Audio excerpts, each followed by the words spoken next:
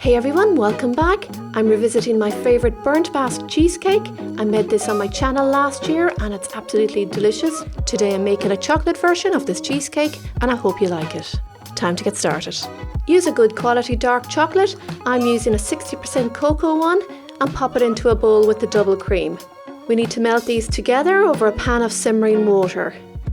While the chocolate is melting, we can whip together full fat cream cheese, sugar and salt until soft. A burnt Basque cheesecake comes from Spain and it's similar to a New York cheesecake, but it doesn't have a biscuit base.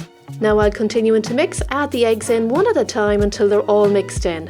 Add the vanilla extract and the cool melted chocolate mixture and mix it in.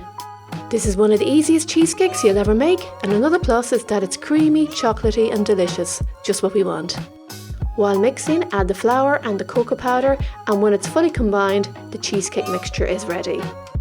You'll know when it's done when you start to see trails from the whisks on the top of the mixture. Pour into an 8-inch springform tin, and it's important to line the tin with 2 layers of greaseproof paper. Don't worry about how it looks, as it adds to the character of the cheesecake. Using a spoon, just smooth the top of the cheesecake until it's level. Bake in a preheated oven for 45 to 50 minutes. Here we have it, and yes, it's meant to be burnt. It's a little bit jiggly in the centre as well, and that's what we want.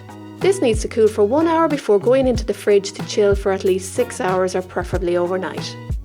Don't worry if you've got a crack or two in your cheesecake. Just like the greaseproof paper in the tin, it adds to the character of this cheesecake. That looks fantastic, a beautiful burnt Basque chocolate cheesecake. Pop it onto a serving plate. I'm adding freshly whipped cream and a strawberry compote to the top of mine. You can leave it plain if you wish.